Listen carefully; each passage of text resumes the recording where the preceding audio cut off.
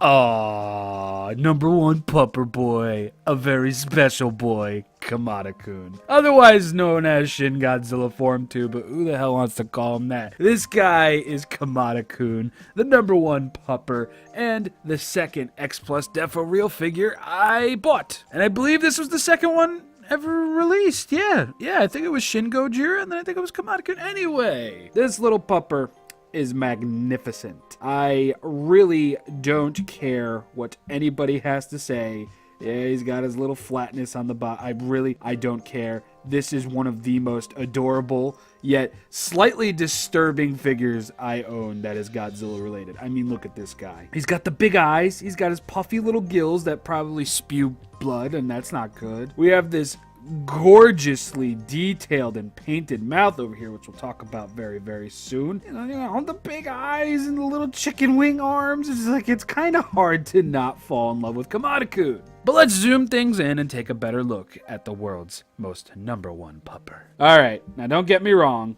Shin-Godzilla impressed me to absolutely no end. The detail, the paint, it was all there for a very, very tiny price when it comes to Xplus. But I gotta say, Kamata-Kun might actually take the cake. I mean, as you can see, we don't have a singular color for the base coat. It's green, it's yellow, it's got different hues of gray kind of crawling about over there, really giving the figure an extra addition of depth because it's not a singular color, it doesn't have a singular base coat to him, and it adds to that, you know, creature from beneath the sea feel to it. This time around, the dorsal plates are a little bit more solid, but considering how this guy is kind of on his stomach, there's really no way he can fall unless you really just don't have him posed very safely on a shelf. The detail, along with the contrast of colors, this very baked lasagna looking orange against this very sickly looking yellowish green is a very, very nice inclusion. And I honestly don't mind that stopping at the base of the tail because this is Godzilla at his youngest that we've seen in the movie. Prime freaking detail, some beautiful, beautiful paint. We have a translucent tip of the tail, which is something I wasn't expecting upon seeing the pictures for this figure at first. This in and of itself is something that I like to call a happy little inclusion, something I wasn't expecting, but I'm very glad they did. Really love that it's translucent and the detail on here is fantastic. And of course, that fantastic detail follows all the way through the tail to the legs.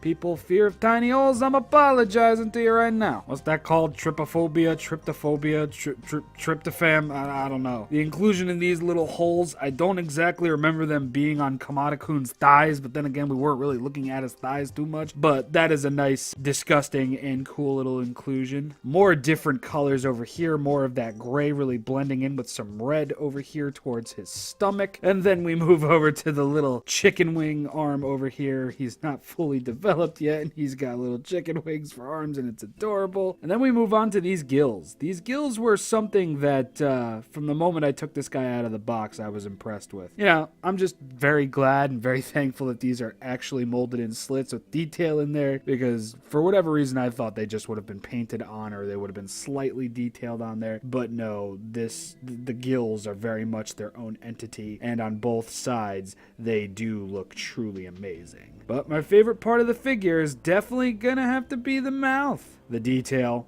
the paint, the gloss, it looks fantastic. And ironically enough, it's kind of like the first thing you see when you're looking at the figure for the first time. So what a way to really introduce you to the figure. I do remember the eye being somewhat different, molded onto the figure and painted a certain way. Clearly we didn't get that. This eye does look... yeah. I mean, it's got a translucent plastic over it, and the eyes do look hand-painted. It's just in the original promotional stuff, they looked much more biological, I guess you could say. And there you have it, everybody. That is the Xplus DefoReal Shin-Godzilla Form 2 or Kamata-Kun figure review. Yeah, today's Friday. Lightning absolutely struck twice. Shin-Godzilla was a knockout of the park. Kamata-Kun was an absolute knockout of the park. Maybe I'll get back to DefoReal soon enough. Who knows? The Hedorah looks nice. So does 98. I know I said that on Monday, but whatever. This has been my review of number 1 pupper Kamata-Kun. I hope you enjoyed it. And on Monday, we will be ending off the Xplus arc with the 25 centimeter Shin-Godzilla Xplus. And I hope you're all excited for that. Got a lot more coming when it comes to Rob's Godzilla Room reviews. But anyway, hope you all have a lovely weekend, day, afternoon, night, you know, the whole spiel. May Skrionk be with you all. Thank you for watching, and tip your waitresses and your waiters. Seriously, if you don't tip them, you kind of suck.